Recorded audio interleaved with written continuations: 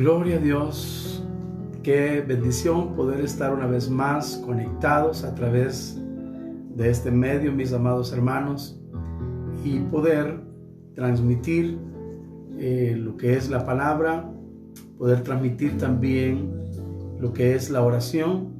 Sabemos que nuestro Dios en su grande misericordia nos ha regalado un día más en el cual hemos visto su favor, en el cual hemos visto su gracia, hemos visto su misericordia.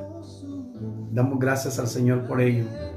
Bendito sea el nombre del Señor. Vamos a orar y vamos a dar la gloria y la honra a nuestro Padre Celestial, porque Él es el que nos permite reunirnos, Él es el que nos permite escudriñar su palabra, Él es el que nos da el gran, enorme privilegio de estar ante su presencia.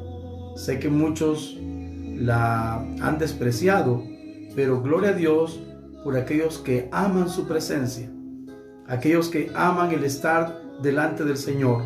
Qué bueno cuando usted sabe y entiende que solo en el Señor podemos tener refrigerio, solo en el Señor podemos tener descanso, solo en el Señor podemos reposar.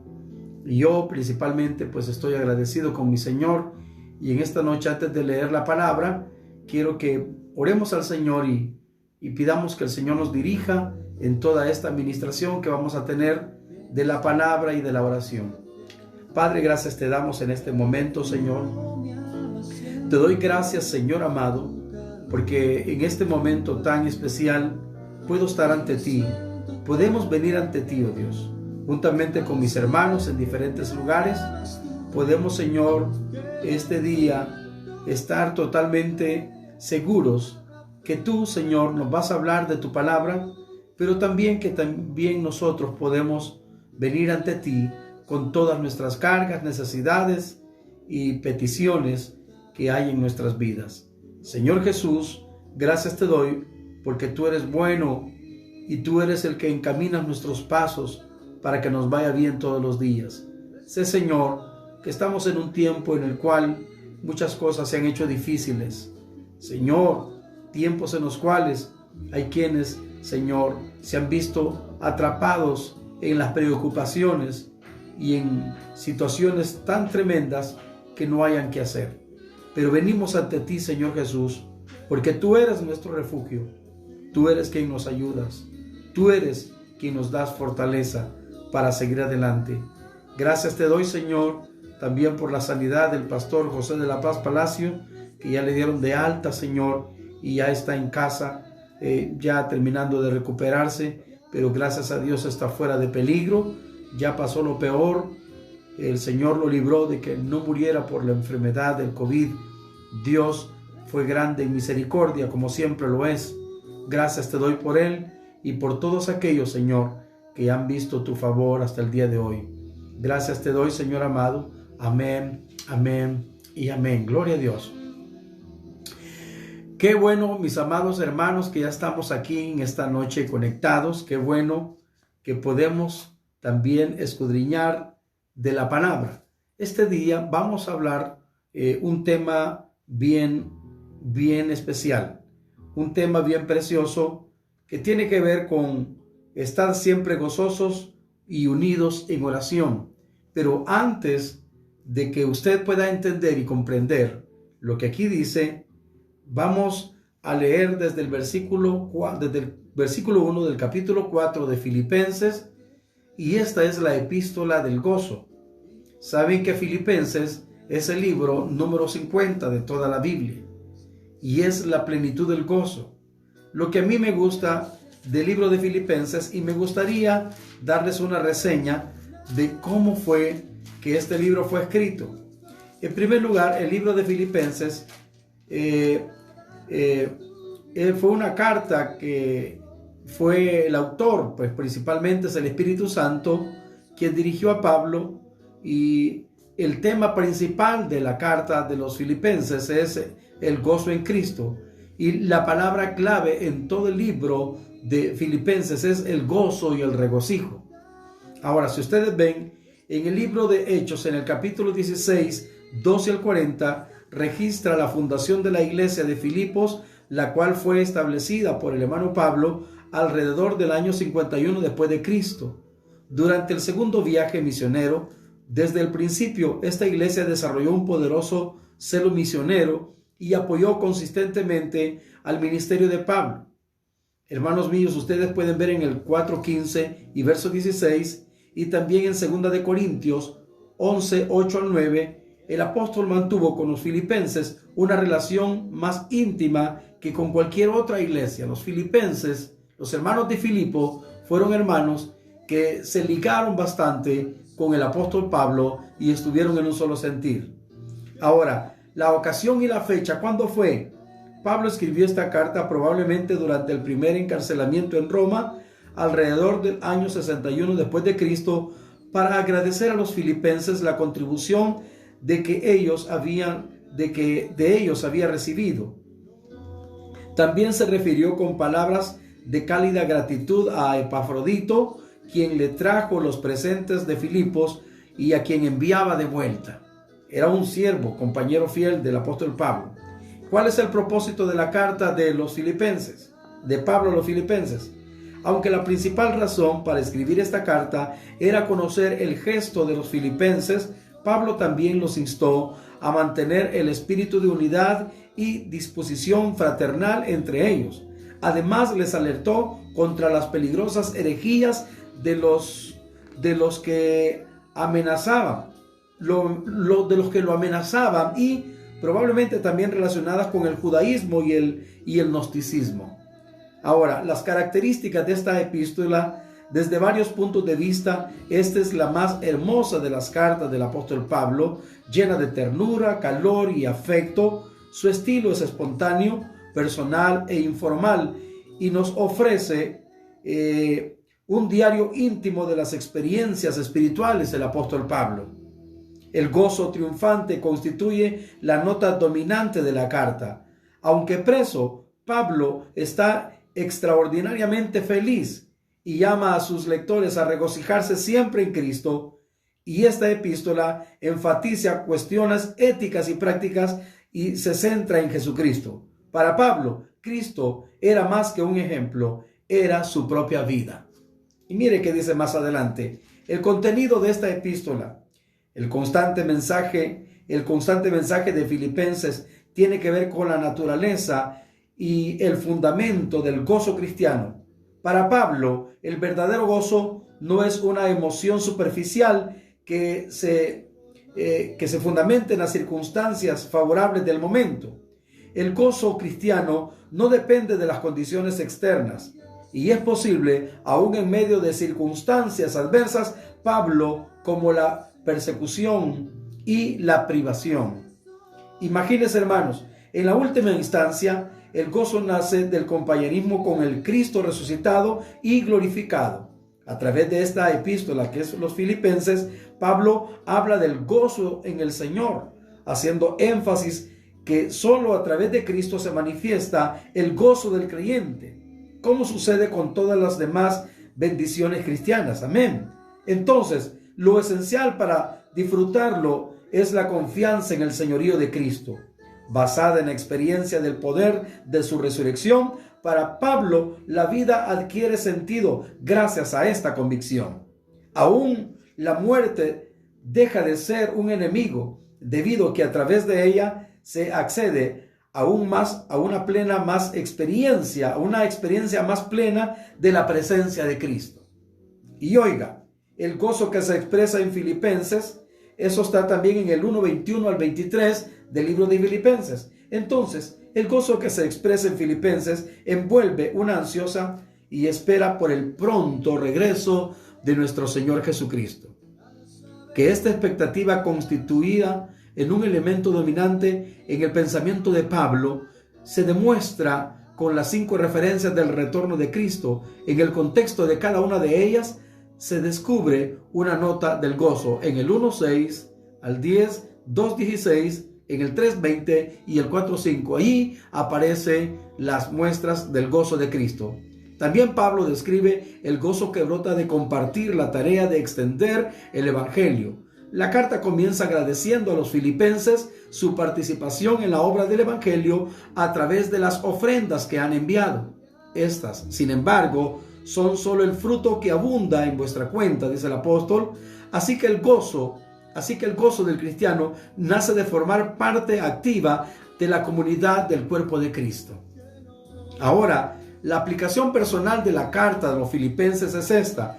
Esta revela el eterno mensaje de que el verdadero gozo solo se puede encontrar en una relación personal e íntima con Jesucristo, y en la seguridad de que Dios es capaz de modificar las circunstancias adversas para nuestro bien y para su gloria, porque estaba unido a Cristo por una fe viva. Por eso es que Pablo podía él superar todo ello. Pablo podía proclamar su contentamiento en cualquier circunstancia.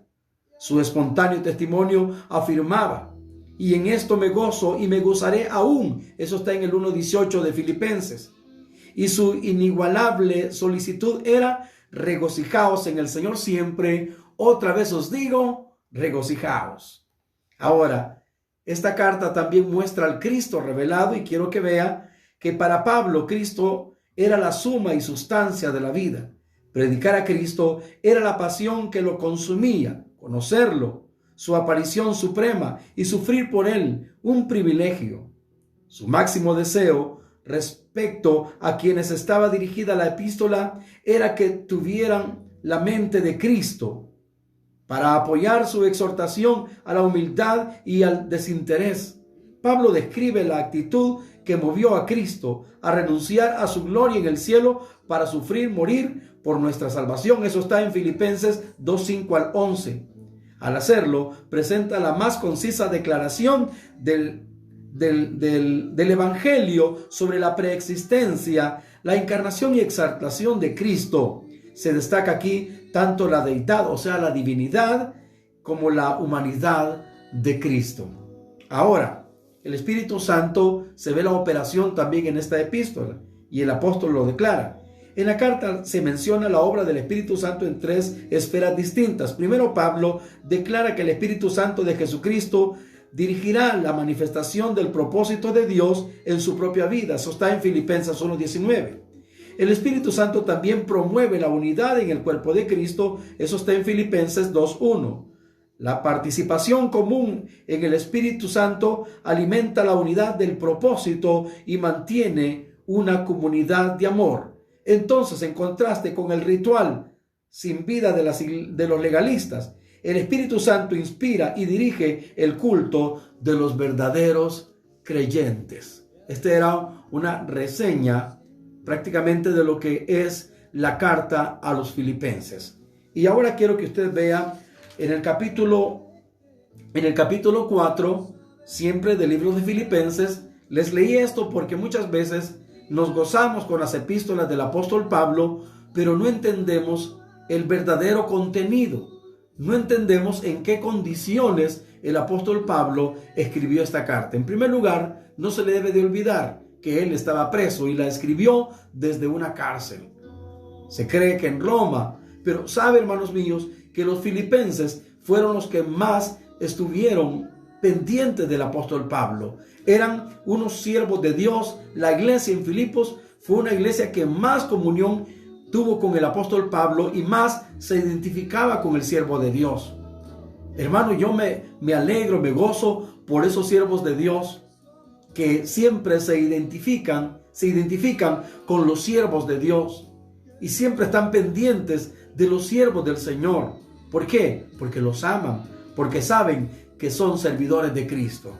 Ahora, en el capítulo 4, versículo 1 del libro de Filipenses, quiero que usted vea en donde el apóstol dice: así que, hermanos míos, amados y deseados, gozo y corona mía. Imagínense cómo viene hablando aquí el apóstol Pablo. Lo voy a volver a leer. Así que, hermanos míos, amados y deseados. Primero, dice hermanos míos, amados. Luego, deseados. Tercero, gozo y corona mía. Estad así firmes en el Señor, amados. A cada momento aquí dice amados, amados. Por eso es que muchas veces a uno también pues se le pega este lenguaje cuando constantemente decimos amados. mis amados hermanos, es porque también es lenguaje bíblico. El usar la palabra amado tiene que ver con el lenguaje bíblico. Así es que amados no tiene que ser también solamente un dicho o una palabra. Debe de ser una realidad. Amados es porque les amamos. Amados es porque ustedes son amados nuestros. Y gloria a Dios por cada uno de ustedes que también se dejan amar. Ahora, sabe que había una pareja la cual se llamaba Evodia y Síntique, y el apóstol Pablo les rogó y les decía que fueran de un mismo sentir en el Señor. Sabe que esto muchas veces sucede en muchos hermanos, que uno piensa de una manera y otro piensa de otra manera. Y para caminar en este tiempo, para caminar en este ambiente, mis amados hermanos, tenemos que ser de un solo sentir. O sea, tenemos que tener una sola fe. Voy a hacer una pausa solo para preguntarles, hermanos, yo no sé qué tan bien se está escuchando el sonido. Por favor, quiero que me confirmen si se está escuchando bien. Espero que no esté mudo el micrófono. No sé, solamente usted dígame si se está escuchando y yo pues le voy a decir gracias, hermano. Amén. Por favor, escríbame si se está escuchando bien. Si no, pues hacemos una pausa y modificamos esto acá. Mientras tanto, yo continúo compartiendo. Entonces, esta palabra de Evodia y Síntique también podemos encontrarlo ahí en el libro de Filipenses, en el capítulo 2, versículo 2, donde dice, completad mi gozo. Oiga cómo dice, completad mi gozo sintiendo lo mismo, teniendo el mismo amor, unánimes, sintiendo una misma cosa. Gracias, gracias Elizabeth. Gracias. Gracias por confirmarme. Entonces podemos ver aquí, hermanos, que el apóstol Pablo está haciendo referencia del capítulo 2, verso 2, donde dice, completad mi gozo sintiendo lo mismo, teniendo el mismo sentir, o sea, el mismo amor, unánimes, sintiendo una misma cosa. No podemos pensar diferente. Hermano, si en alguna vez me han preguntado, hermano, ¿y por qué es que se hacen llamar ustedes escrito está? Es que debe de entender, hermano, usted, que no es un rótulo escrito está. Si el Señor pues nos permitió que legalmente la congregación que ministramos tenga ese nombre, pero para nosotros no es un nombre, mucho menos un rótulo. Para nosotros, escrito está, es la palabra viviente. Para nosotros, escrito está, es lo que está impreso en las Escrituras. Y si nosotros vamos a caminar en este camino santo, tenemos que estar en un solo sentir. ¿Y cuál es el mismo sentir? El sentir conforme a las Escrituras, basados conforme a lo que la palabra dice, no conforme a lo que las tradiciones dicen, no conforme a lo que los inventos de las religiones o denominaciones dicen, sino conforme a lo que las Escrituras dicen. Y es bueno vivir en un solo sentir, que no tengamos diferente doctrina, sino que tengamos la doctrina establecida por el Señor. Amén y amén. Porque no podemos nosotros estar pensando diferente a lo que el Señor ya nos trazó en las Escrituras. Y si alguna vez nos hemos desviado, hay que pedirle perdón al Señor. Si alguna vez hemos dicho algo que no está constatado ni escrito en la Biblia, tenemos que pedirle perdón al Señor. Saben, hermanos, que en cierta ocasión, hace muchos años, recuerdo que yo ministraba en una congregación y como yo había leído en el capítulo 1 del libro de los Hechos y también el capítulo 2, donde en el capítulo 1 habla de la sucesión de Judas. Y allí dice la palabra que el Espíritu Santo permitió que la suerte cayera sobre Matías, y los reunidos allí en el sucesor de Judas dice que eran como 120 los que estaban reunidos en el capítulo 1 del libro de Hechos. Entonces, los como 120, no dice 120, sino los como 120 aparecen en Hechos 1. Amén. Y eso se refería a la reunión que tenían porque ya Judas se había ahorcado. Ya Judas había muerto. El traidor había sido apartado del grupo de los 12. Entonces estaba ese vacío que tenía que ser sustituido por el próximo apóstol, y la suerte cayó sobre Matías. Entonces, amados hermanos, lo que sucedió es que los como 120 fue en el capítulo 1. Y si usted ve en el capítulo 2 del libro de los Hechos, dice, y cuando llegó el día de Pentecostés, estaban todos ahí reunidos, estaban juntos reunidos, pero ya no menciona ningún nombre, ya no menciona ningún número. Entonces, ¿qué quiero decirles con esto? Que diciéndole esto, hermanos, diciéndole yo a la iglesia, hermanos, ¿cuántas veces hemos cantado aquel cántico que dice, en un aposento alto con unánime fervor, y cantamos, y aquellos 120 esperaban, pero y hasta se afirma, imagínense, hasta se afirma 120, y cuando aparece 120 es en la sucesión de Judas. Los como 120, ni siquiera dice un número exacto, sino que podría haber sido 119 o 122 los que estaban en la sucesión de Judas, que era cuando quedó Matías como apóstol. Ahora, en el capítulo 2 ya no menciona ni siquiera como 120.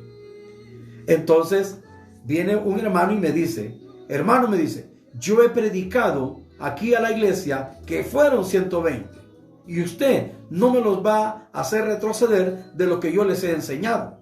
Bueno, hermano, le dije yo, pero usted escudriñe bien en la Biblia donde dice que fueron 120. No, hermanos, ahí está en Hechos. Sí, entonces denme el versículo. Y tuvimos ese debate y casi se convirtió como en una discusión también. Y él sacó todas las Biblias que tenía y versiones. Y mejor la esposa de este hermano le dijo, hijo, deberías de ser un poco más cuidadoso, porque en realidad los 120 aparecen, los como 120 aparecen en el capítulo 1, y dice que cuando llegó el día de Pentecostés, no está diciendo que es el mismo día, sino que era otro día, y allí ya no menciona ni como 120. Y entonces, no, hermano, pero es que yo así les he dicho, y a mí pues me da no sé qué de estarles diciendo a los hermanos que me equivoqué. ¿Y cuál es el problema? El aclarar y el ponernos también claros con la verdad. Imagínense cuántas veces hemos hablado mentiras, hemos dicho mentiras. Solo recuerdo una vez cuando yo predicando, hermanos, esto a mí me pasó, que dije que cuando Pablo iba camino a Damasco y el Señor lo tiró, lo derribó del caballo. Yo dije eso, que el Señor había derribado del caballo a Saulo de Tarso. Imagínense, en ese momento yo estaba convencido que así era. Y luego, después de la predicación, viene un hermano y me dijo, quiero preguntarle, hermano, ¿dónde está el caballo donde usted dice que Pablo iba? ¿A dónde está? Si usted me lo puede aclarar. Y yo le dije, no, ahí está. La Biblia dice que Pablo iba en un caballo. De verdad, me dice, deme el versículo. La cuestión fue, hermanos, que le dije, no, es que no era caballo, no dice que era caballo, sino que era una cabalgadura. Bueno, total, hermano, que ni encontré ni el caballo ni la cabalgadura. En realidad, la Biblia dice que Pablo, cayendo en tierra, no dice que iba en caballo, carruaje o en un camello, porque en el Medio Oriente se ocupan camellos también, burros, asnas. Probablemente iba en caballo.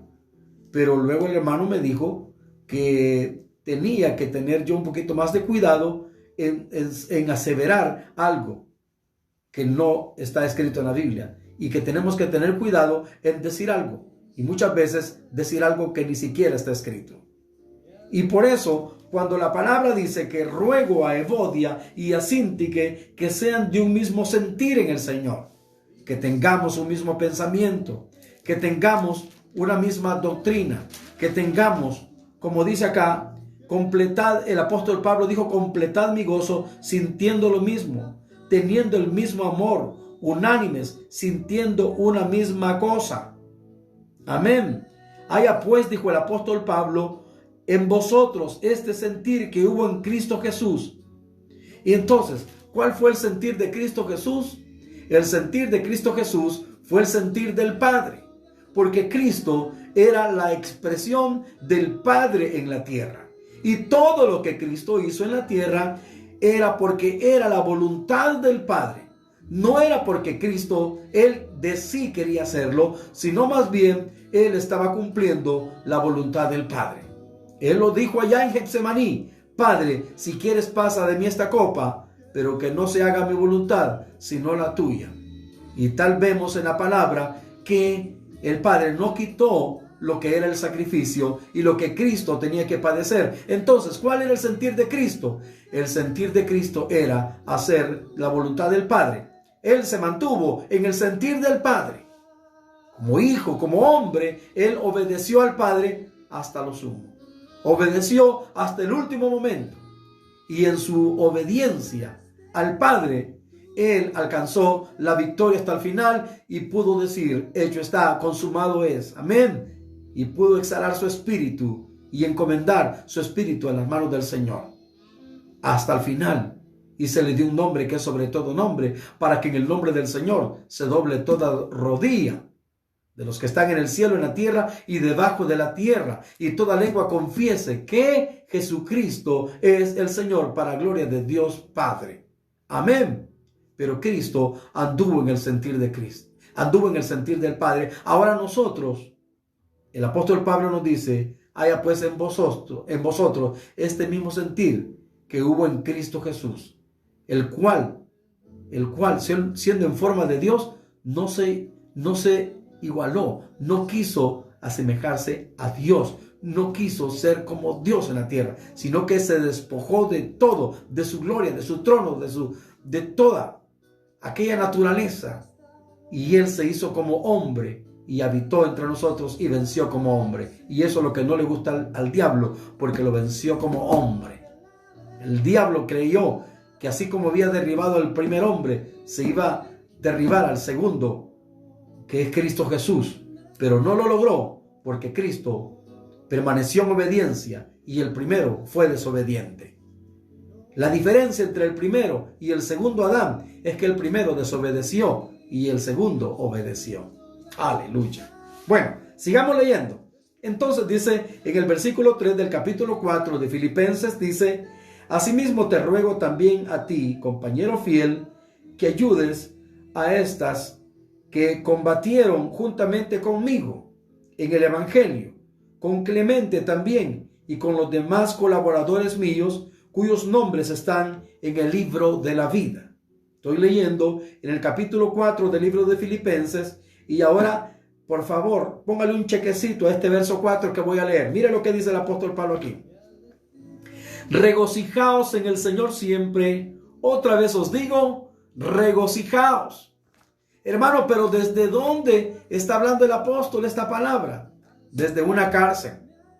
Desde una cárcel. Y dice: regocijaos en el Señor siempre. Otra vez os digo, regocijaos. Imagínense alguien que está en una cárcel pasando una situación bastante dolorosa, porque estaba en la cárcel, hermano, después de que lo habían azotado, después de que lo habían golpeado, y aún así él estaba hablando del gozo. Hermano, ¿cuántos a veces por cualquier cosa andamos llorando, y lloramos por todo? Lloramos porque no tenemos dinero, lloramos porque alguna enfermedad llegó, lloramos porque alguien nos ofendió, lloramos porque alguien no nos quiere, lloramos porque no nos fue bien en el día. Por todo lloramos. Pero aquí el apóstol Pablo en ningún momento nos está mandando a llorar, sino que nos está mandando a regocijarnos. Vamos, dile que tienes a tu lado, o dilo conmigo: el Señor me manda a que me regocije a través del apóstol. Dice el apóstol: otra vez os digo, regocijaos en el Señor siempre. Otra vez os digo, regocijaos. Mire cómo dice: regocijaos en el Señor siempre. Siempre tenemos que regocijarnos. Siempre que en nuestros labios esté esa alegría, en nuestro rostro pueda haber alegría, en nuestro corazón pueda haber alegría, que podamos transmitir el gozo del Señor, el regocijo del Señor. Ahora, sigamos por favor más adelante. así de regocijados como estamos, dice en el versículo 5, vuestra gentileza sea conocida de todos. Tenemos que ser gentiles, cordiales, amables para con todos, como dice la palabra. Y quiero que usted vea acá lo que dice. Cuando dice vuestra gentileza sea conocida de todos los hombres. El Señor está cerca. ¿Sabe qué, hermanos? Nosotros, a pesar de las situaciones adversas que podríamos o podemos estar viviendo, no tenemos que ser crueles, ni ásperos, ni duros, sino que tenemos que seguir siendo amables. Tenemos que seguir siendo gentiles. Tenemos que seguir siendo, hermano, caballerosos, amables, bondadosos, amorosos. Entonces, por eso es que la epístola a los filipenses es considerada una de las epístolas llenas de un profundo amor, llenas de un profundo gozo, que a pesar de la situación dolorosa que el apóstol está viviendo, llama a la iglesia a no ser pedantes, a no ser pésimos, sino a ser gentiles. Gentiles es sinónimo de ser caballerosos, de ser bondadosos, de ser misericordiosos, y no desear lo que a ti te haya pasado que le pase a otra persona, porque hay personas tan malvadas que si algo les pasó a ellos, anhelan y desean que también a su prójimo le suceda también, que si se golpeó, quiere que el otro también se golpee, que si le fue mal a aquel, también quiere que le vaya mal al otro. Eso no es ser gentil, eso no es tener gentileza, eso no es tener bondad, eso no es tener el sentir de Cristo. De verdad, tenemos que procurar el bien para nuestra gente, el bien para nuestro prójimo, como la palabra dice que amaremos a nuestro prójimo como a uno mismo. Amén. Sigamos leyendo, por favor. Y dice que tenemos que ser así porque el Señor está cerca. El Señor está cerca. Y luego dice más adelante, por nada estéis afanosos. Es terrible, hermano, entrar en afán. Es terrible. Si no, pregúntenos a nosotros, porque más de alguna vez nos hemos afanado. Hermano, es terrible. Hermano, si el apóstol Pablo le está diciendo a la iglesia en Filipos que por nada se afanen, es porque él sabía que podían caer en eso. Y el hermano sabe que cuando uno se afana, también termina turbándose. Porque si usted recuerda a una mujer que era la hermana de María y de Lázaro allá en la aldea de Betania, dice que mientras María estaba a los pies del Señor, dice que Marta andaba afanada, pero no solamente andaba afanada, sino que también turbada. Dice que el Señor le dijo, te veo afanada y turbada en muchos quehaceres, mas tu hermana ha escogido la mejor parte, la cual no se le será quitada. María se estaba sustentando, alimentándose del sentir de Cristo.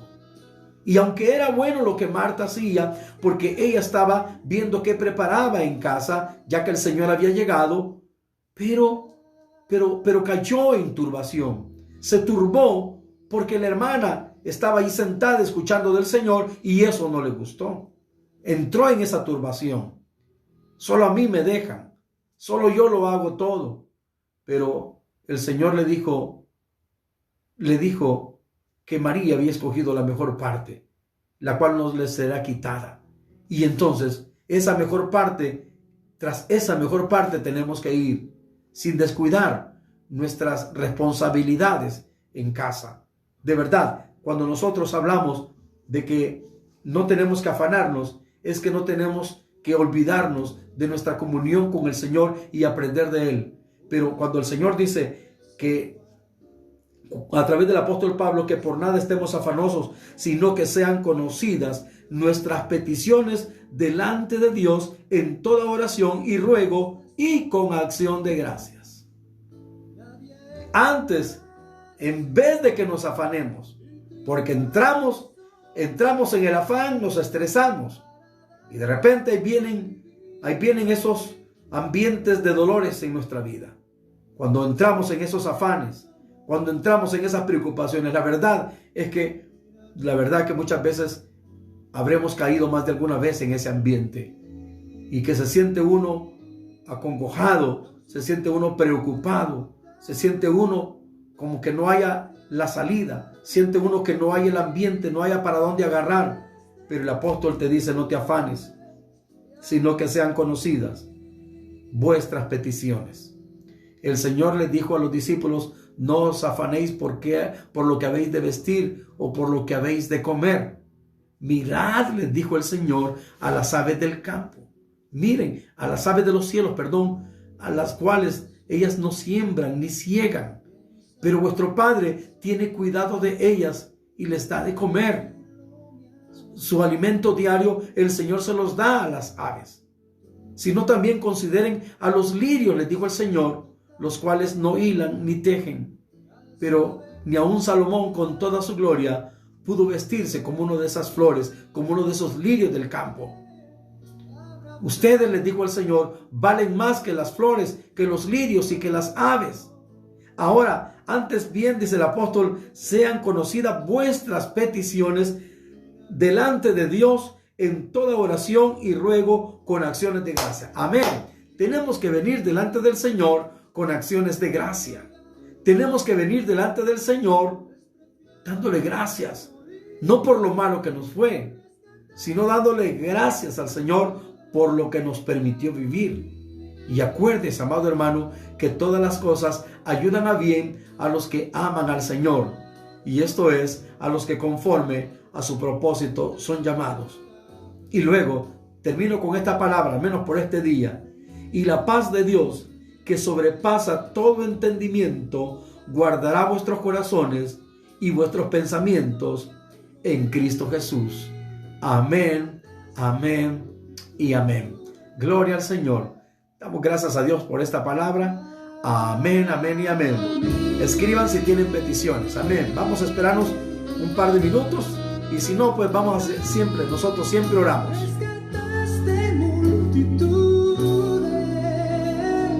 Aleluya.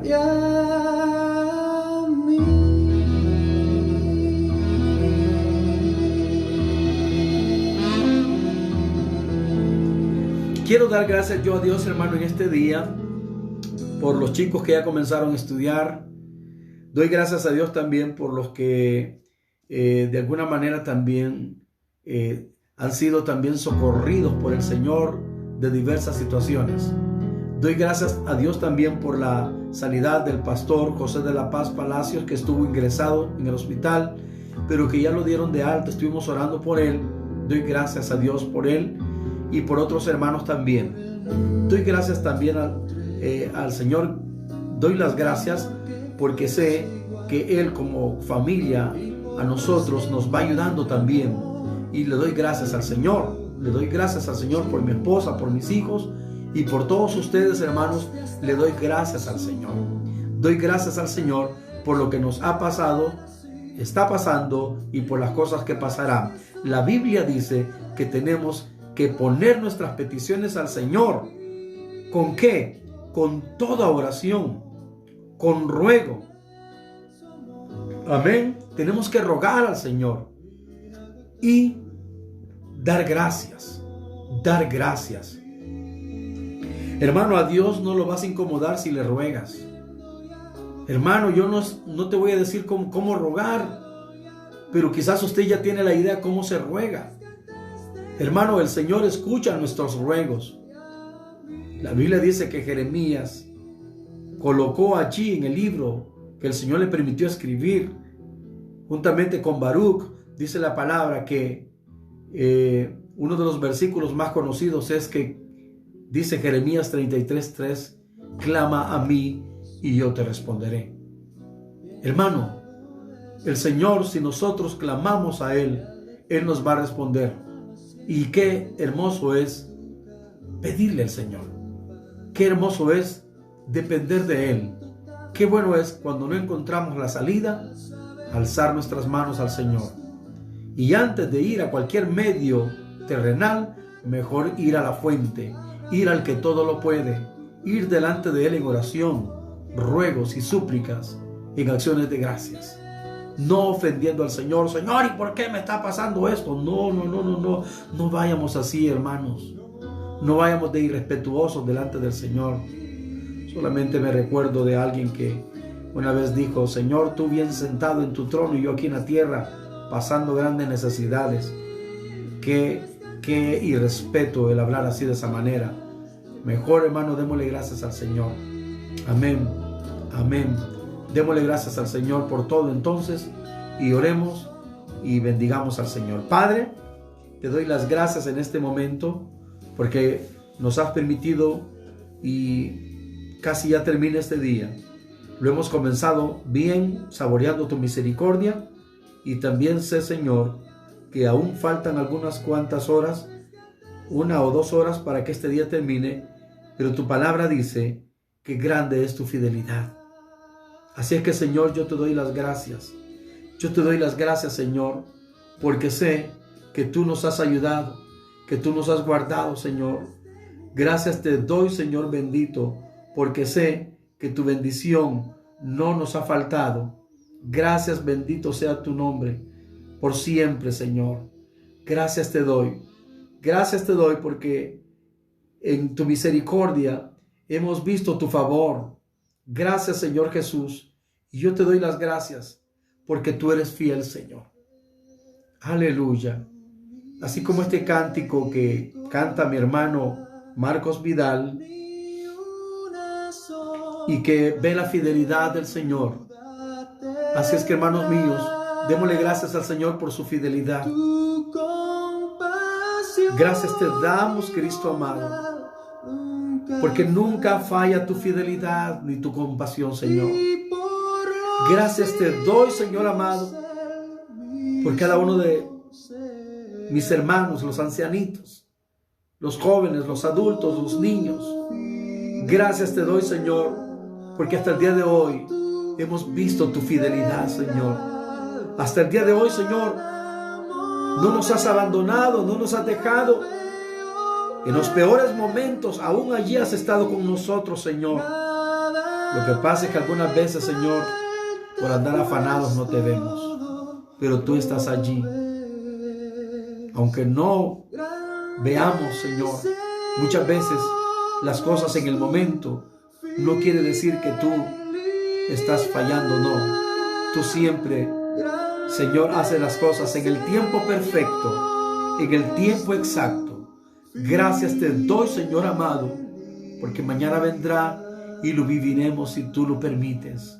Gracias te doy, Señor Jesús, porque tú nos guardas de toda enfermedad, porque tú nos guardas de toda ansiedad y de todo estrés. Tú nos guardas y nos mantienes saludables. Gracias, Jesús amado. Y sé, Señor bendito, que nuestra nación tú la vas a seguir protegiendo. Gracias, Señor, por la honra que permites, Señor, que el gobierno de nuestra nación reciba hasta el día de hoy. Gracias te damos, Señor, por el presidente, su gabinete, que han estado trabajando en medio de este ambiente de pandemia. Sígueles ayudando, Padre. Señor, te pido, Señor, por la nación de los Estados Unidos con el presidente recién electo, para que este hombre, Señor, no haga cosas que vayan fuera, Señor, del propósito divino. Oramos, Señor, como tu palabra dice, que tenemos que orar por los que están en eminencia, por los que están en el poder, por los que están en el gobierno, para que podamos vivir quieta y reposadamente.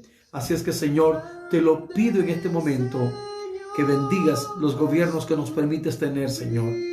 Gracias te doy, bendito Padre. Gracias te doy, porque mañana, Señor, será otro día y lo viviremos si a ti te place. Gracias, Señor, porque también estamos terminando este día y lo estamos terminando con acciones de gracias. Gracias, Padre. Gracias, Señor Jesús. Ayúdanos a andar en tu sentir, Señor. Ayúdanos a andar en el camino correcto, en el camino de santidad. Señor, por torpe que podamos ser, no nos vamos a extraviar, porque tú mismo estás con nosotros y nos guarda de todo, Señor, de toda dificultad o estorbo que se pueda presentar. Gracias te doy, Jesús. Gracias por tu provisión, Señor. Gracias porque tú eres nuestro proveedor. Tú eres nuestro proveedor, Señor. el que nos provee. Como tu palabra dice que tú suplirás toda nuestra necesidad conforme a tus riquezas en gloria. Gracias, Señor bendito. Gracias, Padre, porque tú eres un Dios que provee, un Dios que suple toda necesidad. Señor, si alguien necesita sanidad, sea sano en esta noche. Si alguien necesita gozo, Señor, súplele ese gozo. Si alguien necesita paz, Señor, que con tu sabiduría y revelación le abras el entendimiento para que pueda percibir esa paz que solo tú das, Señor. En el nombre de Jesús, gracias te doy, amado Padre Celestial, porque en ti encontramos todo lo que necesitamos. Gracias, Señor Jesús. Gracias, Señor. Amén y amén. Que Dios les bendiga, amados hermanos. Tengan una feliz y bendecida noche. Les quiero mucho. Bendiciones.